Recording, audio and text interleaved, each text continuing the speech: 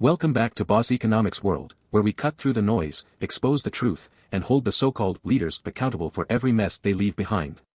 Today, we're diving headfirst into one of the most glaring symptoms of a broken system, the tragedy playing out at the Buffelsfontein gold mine in South Africa, where hundreds, yes, hundreds, of desperate Zama miners have been left for dead, both literally and figuratively. And believe me, this isn't just some isolated incident. This is a snapshot of a universal economic decay at play in South Africa, one that echoes across continents. So, sit tight, because we're going to take this incident and expose the deep rot that is paralyzing not just South Africa but the global economy as a whole. Buckle up.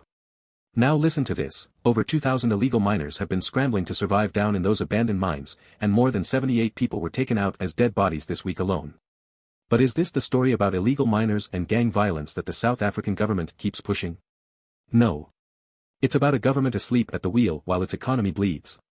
And the Buffelsfontein crisis is only the tip of the iceberg of a much deeper issue, economic desperation. Economically speaking, the data is clear, 32.9% of South Africa's workforce is unemployed. Yes, you heard that right. Almost a third of the labor force is out of work, not including discouraged job seekers. What about the youth? 50% unemployment for young people. That means half of South Africa's next generation isn't working, with zilch prospects in sight. So, when people talk about illegal miners risking their lives, what you're actually seeing is a system that has already failed them and left them behind. In an economy where formal jobs are rare, the informal sector, including criminalized activities like Zama mining, becomes the last resort. You're forced to feed your family by any means necessary. Zamas are scavengers because the economy's left no choice.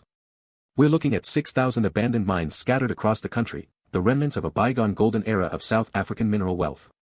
Yet, instead of creating a stable and regulated framework for artisanal mining, we're seeing a government so out of touch with its people that it labels them criminals and leaves them to die.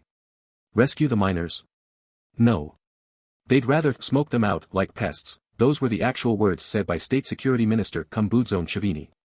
So what have we got, friends? A punitive state that cracks down on its poorest while doing nothing to give them alternatives. While the rich get richer, the unnoticed are left underground to die.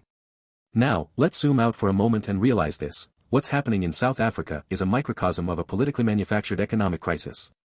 This situation at Buffelsfontein exposes a trend seen not only across Africa, but worldwide. Mismanagement, corruption, and failure to build an inclusive economic framework have turned national treasures into lifelines for the criminal underworld. The South African government has allowed 60 billion rand, or $3.2 billion, to be siphoned off by illicit and unregulated mining activities each year. 60 billion. Now that's a figure that screams systemic economic loss. Illegal miners are harvesting up to 25 tons of gold annually, that's untraced, unstated, and untaxed. Yet, rather than formalizing and regulating this massive, informal industry, and trust me, other countries with far larger GDPs have done this, South Africa's government has chosen to vilify and turn its back on artisanal miners. Imagine this: the continent's biggest mineral exporter, ranked first in the world for platinum, chrome, and manganese, completely losing its grip on entire industries within its economy.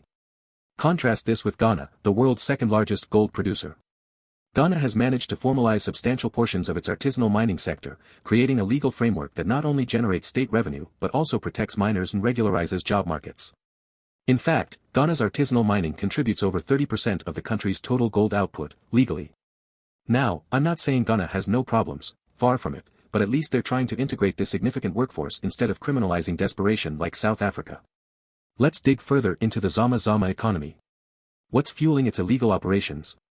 That's where the murky world of cross-border criminal syndicates comes in, armed gangs who have turned abandoned South African mines into money-printing machines. Do you know who these miners ultimately work for? Not South Africans. Less than 100 South Africans emerged from the mine, over 1,800 were Mozambican nationals and others from all over the African continent. Here's the kicker: because there's no formal regulation, armed gangs fill the void, taking over these abandoned mining shafts and forcing desperate people into near-slavery conditions, stealing billions in precious minerals, all while funneling wealth into black market operations. And the government's response? Instead of regulating or intervening, they call this an attack on the economy by foreign nationals, and yes, those words come from Mines Minister Gwede Mantashe. This kind of xenophobic dog whistling ignores a fundamental point: you wouldn't have any miners if there were opportunities and jobs available above ground in South Africa. But let's not stop there. This isn't just a crime of poverty, it's also a crime of exploitation. Miners are being forced to live for months underground, with food and other essentials priced 15 times higher than on the surface.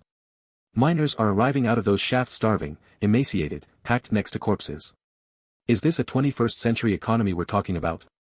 What makes this tragic is not just the horrific human cost, it's the fact that in 2023, this is happening under the nose of a government that prefers criminal crackdowns over economic solutions. Now, let's switch gears for a moment and look at the broader macroeconomic backdrop. South Africa is sitting on the verge of a monumental crisis. The official numbers tell half the story.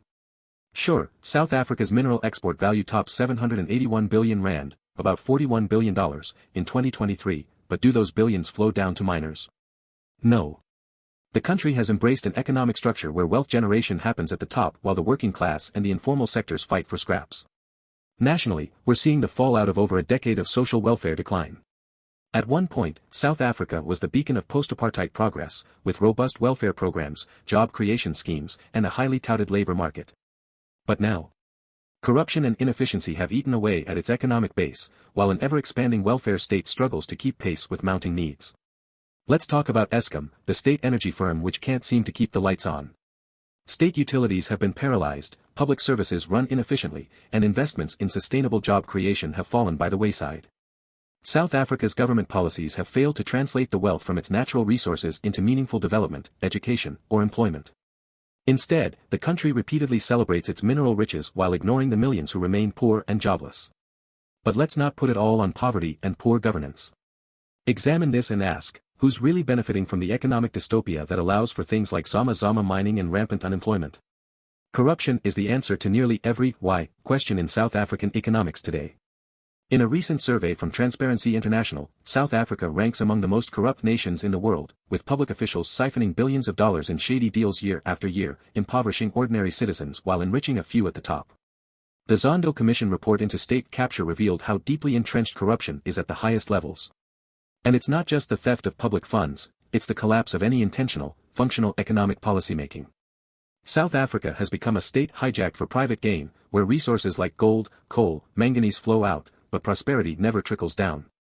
The Zama lesson isn't just about illegal miners, it's a broader condemnation of a government serving elites while leaving workers to starve, suffocate, and die. All of this while the underground economy flourishes, benefiting both local power brokers and international cartels. Democratic political institutions and regulatory frameworks designed to protect and empower the public have been bent to serve the very syndicates supposedly being fought. As we pull back and look at the broader picture, two conclusions emerge. First, the Buffelsfontein tragedy is the direct result of economic mismanagement, high unemployment, informal sector criminalization, and xenophobic scapegoating, all of it rooted in failed leadership. People are left dying in mines because the economy is crumbling above ground. Second, this is more than a South African problem. We are staring at the dark side of neoliberal economic ordering across the global south where natural resource wealth has never translated into inclusive growth.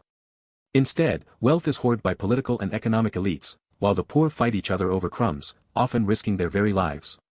If South Africa fails to address these core issues, systemic inequality, poor job creation, unregulated markets, it's heading toward collapse. And if other nations don't begin paying attention to this, they might just find themselves plotting the same course. But here's the stark truth for you all, if we let things go unchecked, the Buffelsfontein gold mine crisis won't be the end, it will only be the beginning of an economic dystopian reality. It's your job as a professional, consumer, or worker, to demand answers, fight for proper governance, and stop nation-killing negligence in action. And that's your Boss Economics World take for today. See you next time. Remember, stay sharp, keep questioning, and don't ever trust a bureaucracy with your economic future.